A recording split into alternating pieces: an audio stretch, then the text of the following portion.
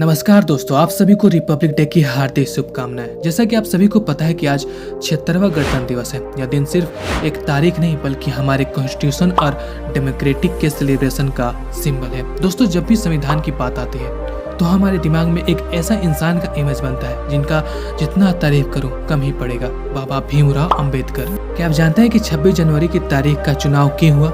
आइए आज के इस खास दिन के बारे में जाने कि गणतंत्र दिवस यानी कि रिपब्लिक डे क्यों मनाया जाता है, इसकी अहमियत क्या है। दोस्तों, बात ऐसी है कि 15 अगस्त 1947 को अंग्रेजों से हमारा देश आजाद हो गया था।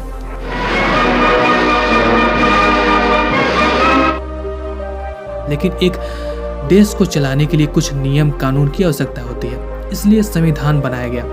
भारत का संविधान दुनिया का सबसे बड़ा लिखित संविधान है, जिसमें नागरिकों के अधिकार, कर्तव्य और सरकार की संरचना को बहुत ईमानदारी से सभी लोगों के लिए बराबर कानून बनाया गया है, जो कि 2 साल 11 महीने 18 दिन में बनकर तैयार हुआ था। देखा जाए तो 26 नवंबर 1949 को ही हमारा संविधान बनकर तैयार हो गया था, लेकिन इसे लागू 26 जनवरी 1950 को पूरे भारत में किया गया। इसे तैयार करने के लिए संविधान सभा का गठन किया गया था, जिसमें 299 सदस्य शामिल थे। इन सदस्यों ने कड़ी मेहनत और गहन चर्चा के बाद इस संविधान को बनाया।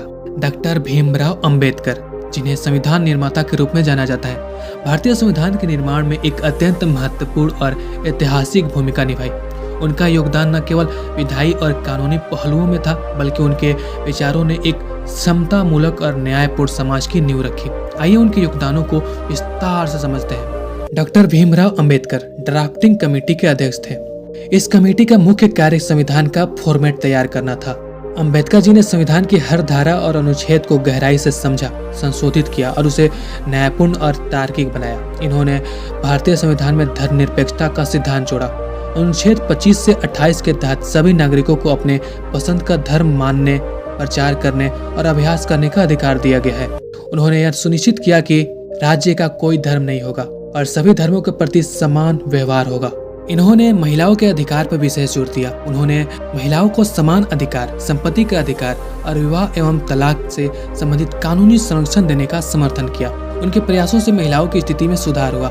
इन्होंने संविधान सभा में अपने भाषणों के माध्यम से संविधान के हर पहलू की गहरी व्याख्या की। उनके तर्क और विचार संविधान को नैतिक और व्यवहारिक दृष्टि से मजबूत बनाते हैं। इनका और भी योगदान रहा। और डॉक्टर राजेंद्र प्रसाद, जो बाद में भारत के पहले राष्ट्रपति बने, संविधान सभा के अध्यक्ष के रूप में सभी बैठकों का नेतृत्व किया।